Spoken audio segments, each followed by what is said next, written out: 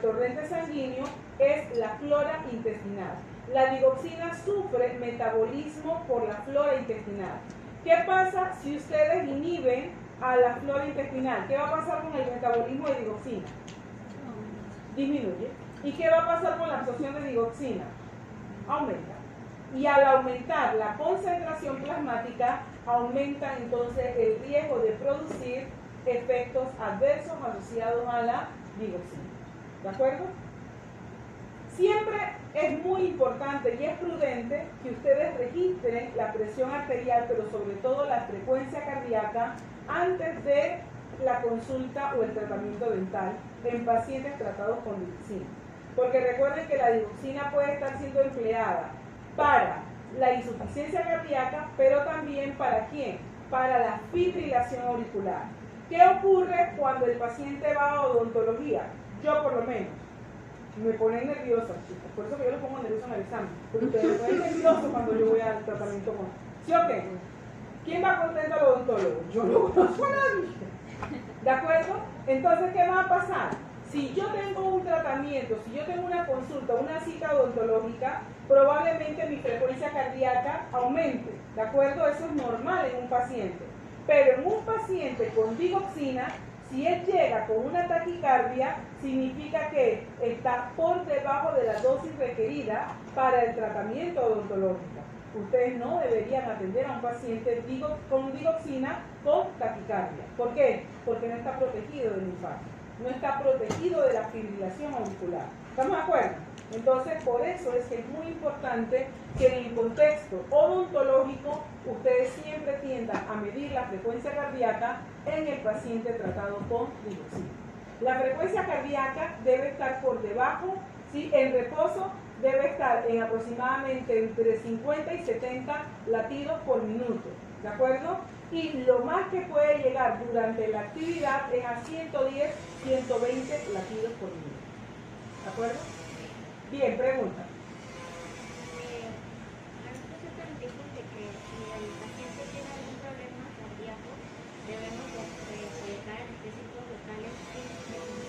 ¿Sí? Sin epinefrina. Ah. En este caso también aplicaría. Claro. Para poder atenderlo. Exacto. En este caso también aplicaría. Pero vamos a ir viendo que esa es, digamos que es una consideración que es importante, ¿de acuerdo? No sé si siempre sé que se debe evitar el uso de epinefrina en pacientes cardiópatas. Y eso depende muchas veces de la condición del paciente, ¿de acuerdo? Porque la epinefrina lo que hace hasta cierto punto es hacer más pronunciada la anestesia, ¿sí? Y eso también reduce la ansiedad. Y una de las cosas que a veces se quiere en estos pacientes es reducir la ansiedad. Entonces, por eso que tendríamos que ver un poco esa parte, ¿de acuerdo? Bien, con digoxina, ¿alguna pregunta? ¿De digoxina alguna pregunta? Bien. Esto es con respecto a digoxina. Siguiente grupo farmacológico, los beta bloqueantes. Los beta bloqueantes son un grupo bien extenso de fármacos. Ustedes lo tienen aquí, algunos de ellos. Propranolol, timolol, pindolol, atenolol, metoprolol, esmolol, carvedilol, labetalol, nebivolol. O sea, todos estos son fármacos beta bloqueantes. Para efectos de un examen, me interesan todos. Son fáciles de identificar, pero sí me interesa, por ejemplo, que siempre recordemos al propranolol, al atenolol, al metoprolol, al carvedilol, porque son los que desde el punto de vista crónico son los más empleados. ¿Estamos de acuerdo? Bien. Los fármacos beta bloqueantes son útiles en diferentes condiciones cardiovasculares. Son útiles como antihipertensivos, aunque no son fármacos de primera línea en la hipertensión arterial. Son útiles y son fármacos de primera línea en el paciente con angina de pecho. ¿De acuerdo? ¿Se acuerdan? Del síndrome coronario crónico.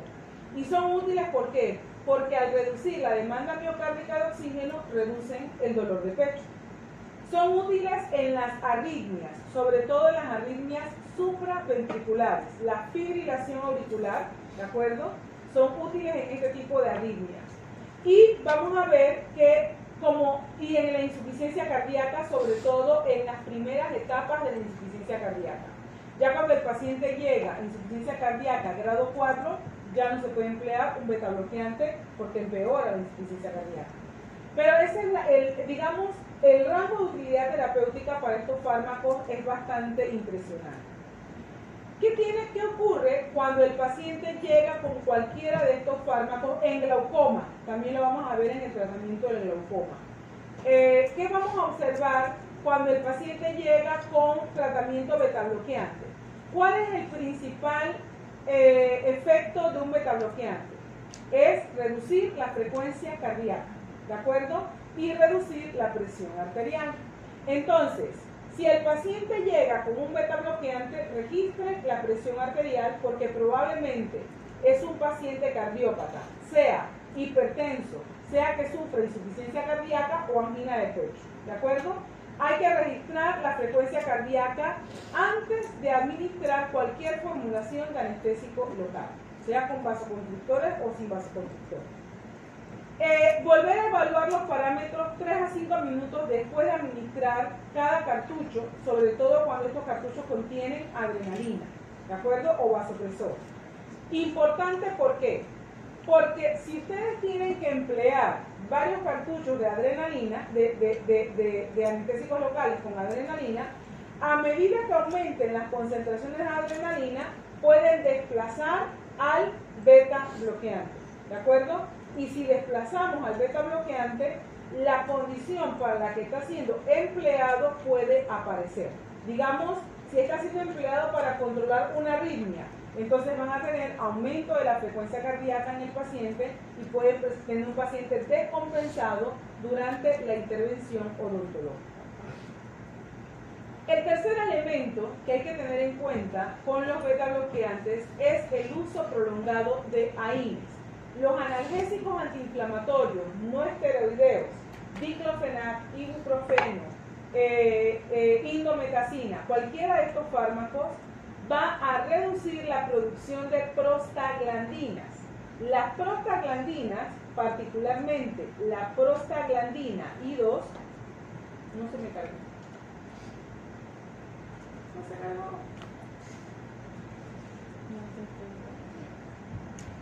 No se me cargó. ¿Ah?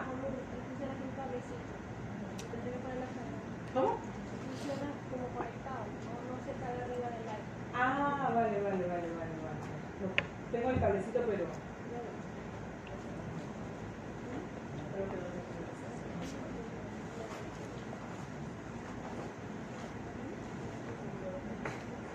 Estaría lo mismo.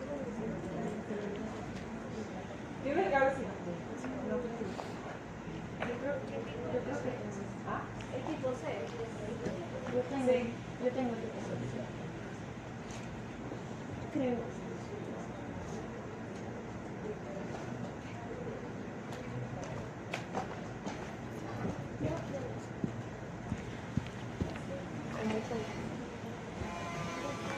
Este corriente creo que este corriente.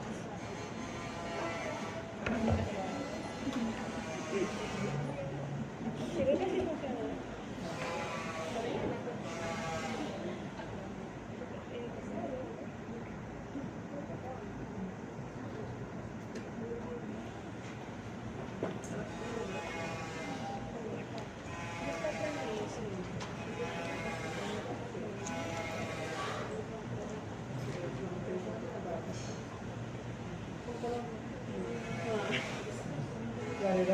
Voy a conectar este.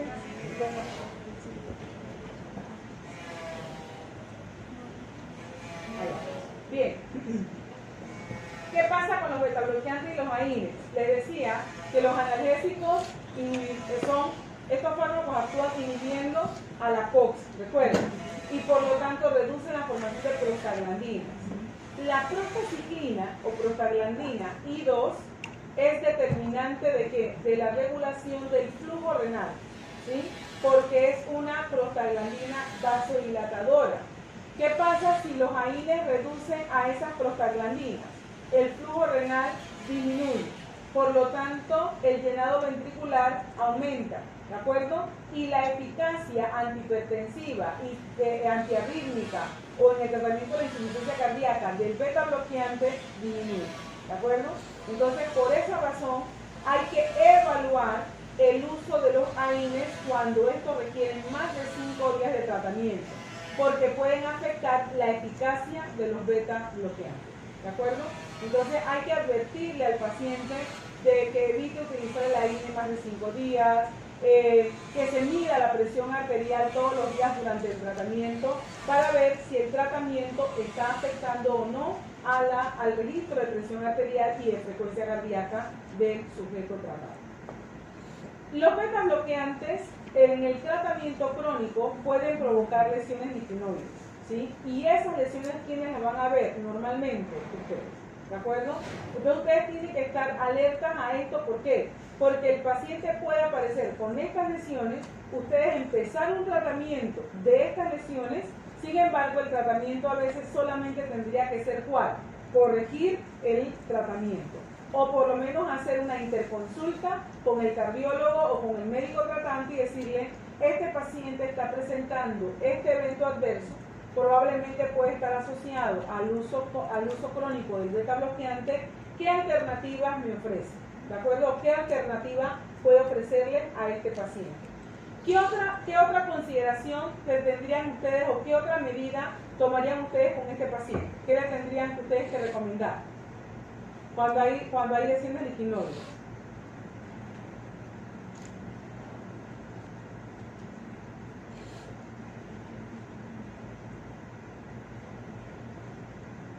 ¿Sabes cuáles son las lesiones litinoides, no? ¿Sí? ¿Qué recomendación dan ustedes cuando hay este tipo de lesiones? ¿Ah? ¿Cuáles son las recomendaciones que ustedes dan? Ah, no, aquí ya apaga y vámonos.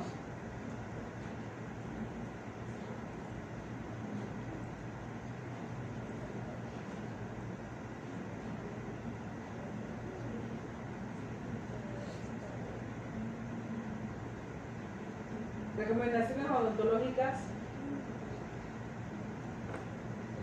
Nadie, ninguno. Las doy yo porque soy farmacóloga.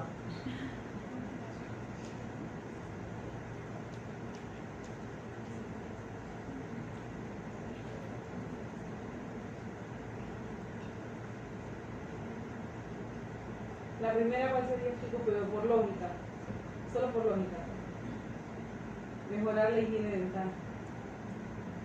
Mejorar la higiene dental. ¿Sí? El uso de antisépticos bucales en estos pacientes, en estos sujetos. ¿De acuerdo? Todo esto va dirigido a reducir la lesión, pero esto no es suficiente. Si el efecto está siendo ocasionado por un fármaco, habría que ver también entonces cómo se puede controlar el tratamiento farmacológico. ¿De acuerdo? Bien. Tercer grupo de fármacos. Los bloqueantes de canales de calcio. Dentro de los bloqueantes de los canales de calcio, nosotros tenemos aquí a estos grupos de fármacos.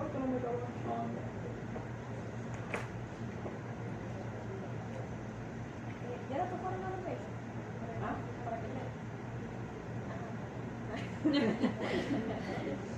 Bien, los bloqueantes de canales de calcio. Dentro de los bloqueantes de canales de calcio nos vamos a encontrar al verapamilo, ¿de acuerdo? Que es una feniletilalquilamina.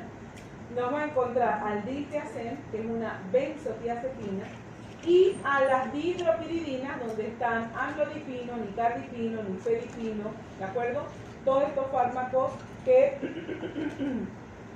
también son antagonistas de canales de calcio. Bien. En el caso de los antagonistas de canales de calcio, son fármacos que poseen acciones vasculares y cardíacas, pero hay una diferenciación entre ellos. Por ejemplo, verapamilo tiene mayor actividad cardíaca que vascular. Tiene mayor actividad cardíaca que vascular. Sin embargo, las dihidropiridinas, donde están nifedipino, amlodipino, nicardipino, felodipino, tienen mayor actividad vascular que cardíaca. eso marca un poco la diferencia en cuanto a las indicaciones que tienen cada uno. Por ejemplo, las dihidropiridinas que tienen mayor actividad vascular van a estar más empleadas en el tratamiento de la hipertensión arterial, el síndrome de Raynaud, ¿de acuerdo? Mientras que verapamilo está más utilizado en otras patologías que tienen que ver con actividad cardíaca. El verapamilo es antiarrítmico y se emplea también en pacientes con angina de pecho, ¿de acuerdo? Las dihidropiridinas también tienen utilidad en angina de pecho, ¿sí? Y se entiende. ¿Por qué? Porque son vasodilatadoras y también van a reducir la actividad cardíaca. Eso me lleva a comprender por qué van a ser fármacos antihipertensivos, fármacos en el tratamiento de la angina de pecho. Sin embargo, no se emplean en la insuficiencia cardíaca, están contraindicados, ¿sí? Porque pueden afectar la función cardíaca de manera negativa. Entonces, vamos a ver que estos fármacos todos ellos van a actuar sobre canales de calcio.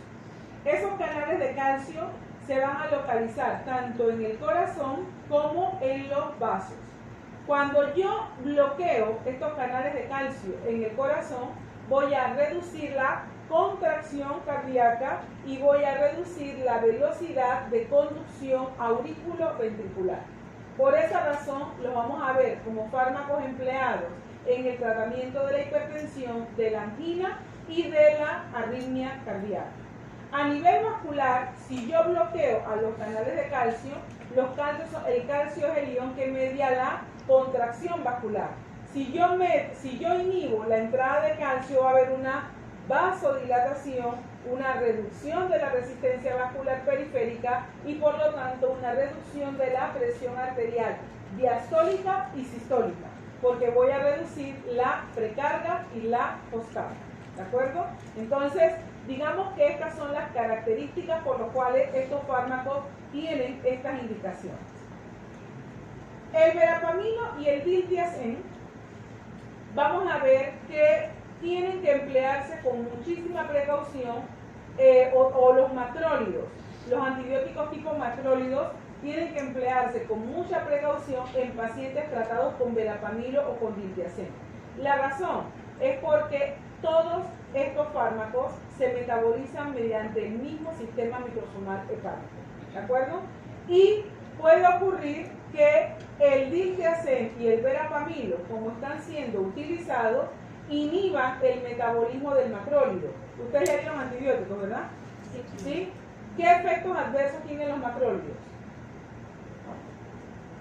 ¿Cuáles son los principales efectos adversos de los macrólidos? Náuseas, vómitos. Diarrea. No. Sí, también diarrea. ¿Qué más? Los más importantes, ¿cuáles son? ¿Los macrólidos producen qué cosa? Nefro y ototoxicidad. ¿De acuerdo? Entonces, ya si producen diarrea, náuseas y vómitos, probablemente es el mismo efecto adverso que producen prácticamente todos los antibióticos. ¿De acuerdo? Porque afectan la flora gastrointestinal. Sin embargo, los macrólidos están asociados a trastornos renales importantes. Entonces, ¿qué pasa? Si yo aumento la vida media del macrólido, si yo aumento la duración del efecto del macrólido, estoy aumentando la posibilidad de inducir un daño renal y ototoxicidad por macrólidos. Entonces, por esa razón, cuando el paciente tiene tratamiento con verapamilo, ustedes tienen que regular las dosis del macrólido o evitarlo si lo pueden evitar. ¿De acuerdo? Los niveles elevados de bloqueadores de canales de calcio pueden provocar bradicardias y bloqueo auriculoventricular. Por eso también es importante que ustedes midan la frecuencia cardíaca y la presión arterial en estos pacientes. Y vamos a ver que los macrólidos, el verapamilo y el diltiazem pueden inhibir el metabolismo de las benzodiazepinas. Por lo tanto, pueden aumentar el tiempo de sedación. ¿Sí? Pueden aumentar el tiempo de sedación. Es una precaución, más no una contraindicación. Ustedes pueden seguir utilizando la benzodiazepina en el paciente tratado con verapamilo o con diltiazem. Lo que sí tienen que tener en cuenta es un poco la dosis y si el paciente, después de la intervención odontológica, ustedes todavía lo ven un poquito sedado, es mejor que lo dejen en una sala de espera hasta que el paciente se recupere un poco, ¿de acuerdo? Son, digamos, medidas de precaución para con el paciente. Solamente con benzodiazepina es una medida de precaución, otras sí son con beneficio. No, también es precaución, exactamente. Bien, en el caso de los fármacos antagonistas de canales de calcio, también están asociados con agrandamiento gingival, ¿de acuerdo? Esa hiperplasia gingival va a estar asociada sobre todo con amlodipino, nifedipino, isradipino, ¿de acuerdo? Y vamos a ver, la isradipina es de todos el que menos se asocia con este evento adverso. Si el paciente con un calcio antagonista presenta agrandamiento gingival, ustedes tienen que recomendar al cardiólogo o al médico tratante el cambio del tratamiento. Ahí sí no vale que ustedes digan reduzcan la dosis, no, porque el agrandamiento gingival trae otras complicaciones odontológicas, pero también trae complicaciones nutricionales en el paciente. ¿De acuerdo? El paciente que no puede masticar, que no puede comer de manera apropiada, que es doloroso. Luego entonces viene la anorexia, si estamos hablando de un paciente geriátrico que a veces también comen mal, o sea, se exacerban otras condiciones a raíz de este trastorno. Por lo tanto, hay que considerar el cambio de la terapia en los pacientes con agrandamiento gingival. Ajá. La del agrandamiento gingival era amlodipino. Todos los calcioantagonistas, pero principalmente amlodipino, fenlodipino, nicardipino, ¿sí? Y el isradipino sería entonces el que menos se asocia y podría ser entonces una terapia alternativa. ¿De acuerdo? Bien. Siguiente grupo de fármacos, los antiarrítmicos. Los antiarrítmicos están dados obviamente para reducir las arritmias cardíacas. Las arritmias pueden ser auriculares o ventriculares. Por lo tanto, vamos a ver que los diferentes fármacos van a estar dados para contrarrestar los diferentes tipos de arritmias. El primer grupo de fármacos antiarrítmicos, ¿sí? Al primer grupo de fármacos antiarrítmicos,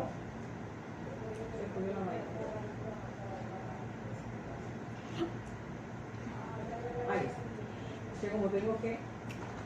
el primer grupo de fármacos antiarrítmicos se conocen como bloqueantes de canales de sodio. Fíjense, a este grupo pertenece un fármaco que ustedes utilizan como anestésico local, la lidocaína. La lidocaína, además de ser un fármaco anestésico local, la lidocaína es un antiarrítmico y es del grupo 1B y se utiliza sobre todo en la taquicardia ventricular. La lidocaína es un fármaco que se utiliza en la taquicardia ventricular. Otro fármaco que vamos a ver y que es importante que ustedes reconozcan en este grupo es la fenitoína. La fenitoína es un fármaco antiarrítmico, también empleado, igual que la lidocaína, en la fibrilación auricular. En el caso de la fenitoína, el problema que tiene la fenitoína es que puede provocar agrandamiento gingival. Es uno de los eventos adversos más importantes que tiene, ¿de acuerdo? Y en el caso de la lidocaína, como antiarrítmico, recuerden que ustedes lo van a emplear también como anestésico local.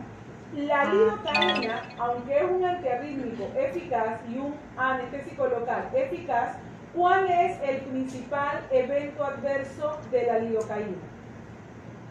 Ya ustedes dieron anestésicos locales, ¿verdad? ¿Cuál es el principal evento adverso de la lidocaína?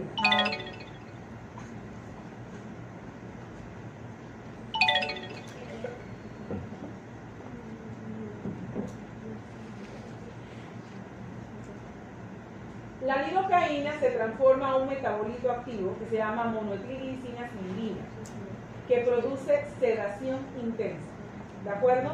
Por lo tanto, en pacientes que ya tienen un tratamiento con lidocaína como antiarrítmico, ¿sí?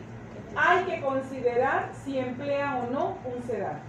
¿de acuerdo? Porque puede potenciar el efecto del metabolito activo de la lidocaína. O sea que puede dar toxicidad.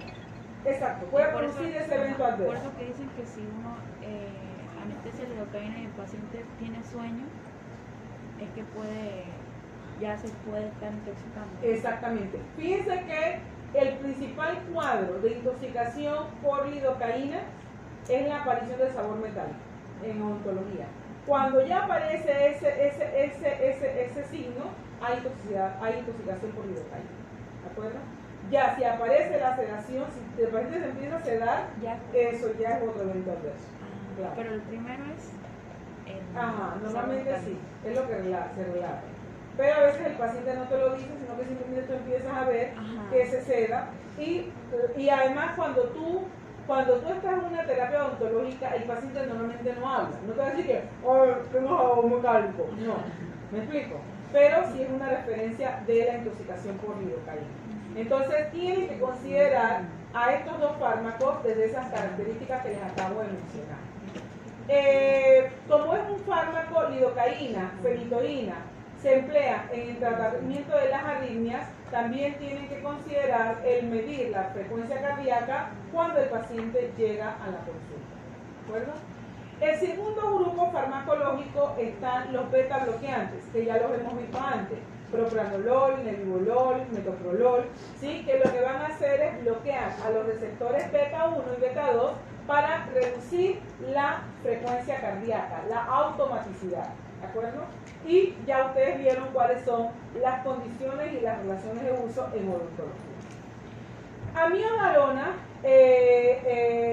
bretilio y son, digamos, los fármacos antiarrítmicos de tipo 3. Son fármacos que actúan sobre canales de potasio en la repolarización y aunque pueden tener ciertos eventos adversos, no van a entrar mucho dentro del cuadro de lo que vamos a comentar. Y el último grupo, aquí sí están los dos que hemos comentado antes. En el grupo 4 están el verapamilo y el diltiazem, que son los que se utilizan sobre todo en la taquicardia supraventricular paroxística, en la fibrilación, en el flúter auricular, ¿sí? Taquicardia, auricular, son sobre todo taquicardia auricular. Lo que van a tener mayor implicación a nivel ventricular, lo vamos a ver en este grupo, ¿de acuerdo? Aquí, en este grupo, en el grupo 1A. Es donde vamos a ver las taquicardias ventriculares. El resto, mayoritariamente, se van a utilizar en las taquicardias auriculares. Dicho esto, entonces, ¿qué tenemos que considerar? En cualquier caso, si el paciente tiene uso antiarrítmico, es decir, un paciente que llegue con lidocaína de base, fenitoína, propranolol, amiodarona, verapamilo, diltiazem, es un paciente que probablemente tiene un diagnóstico de arritmias. Si el paciente tiene diagnóstico de arritmias, deben emplearse adrenalina y anticolinérgicos con muchísima precaución, porque hay que evitar la exacerbación de la arritmia en ese paciente. La amiodarona inhibe el metabolismo de la lidocaína, ¿de acuerdo? Cuando se emplea como anestésico local, si el paciente está recibiendo amiodarona, recuerden entonces que si yo inhibo el metabolismo de la lidocaína, ¿ustedes cómo aplican la lidocaína? Son cartuchos, ¿verdad? Y ustedes saben más o menos cuántos cartuchos quieren emplear de acuerdo al procedimiento odontológico. Pero hay pacientes que ustedes dicen, estoy aplicando, y de repente dice el paciente, ¿usted está todavía? Sí, todavía siento. Y usted dice, bueno, vamos a poner un cartuchito más. ¿Qué pasa con ese cartuchito más cuando el paciente está tratado con amiodarona? Puede que en el momento el paciente haya requerido un cartucho adicional, ¿de acuerdo? Pero estamos bioacumulando a la lidocaína. Por lo tanto, en ese caso, el paciente puede presentar un tipo de exacerbaciones importantes. Una cosa que tienen que saber, la lidocaína, su toxicidad inicial es sedación, ¿de acuerdo? Pero cuando la concentración plasmática aumenta, el evento adverso va a ser convulsiones y muerte, porque posteriormente puede provocar excitabilidad en el sistema nervioso central y provocar muerte en el sujeto. Entonces, en estos pacientes, sobre todo cuando hay arritmias ventriculares, se aconseja que el paciente tenga una monitorización por electrocardiograma. ¿sí? Y estar vigilando constantemente la frecuencia cardíaca de ese paciente. Bien, la fenitoína, ya lo comenté, produce agrandamiento gingival, que es uno de los principales adversos de este grupo farmacológico. Siguiente grupo.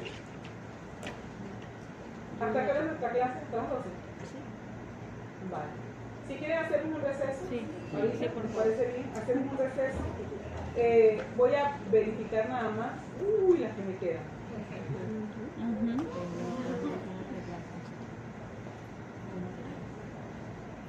Deben, pues. Vamos y regresamos a las 10:05 para tener 20 minutos más o menos. Listo, pues vamos para allá.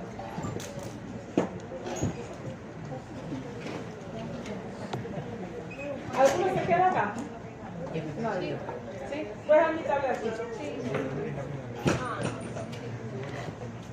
Para que se te Una cargue. pregunta,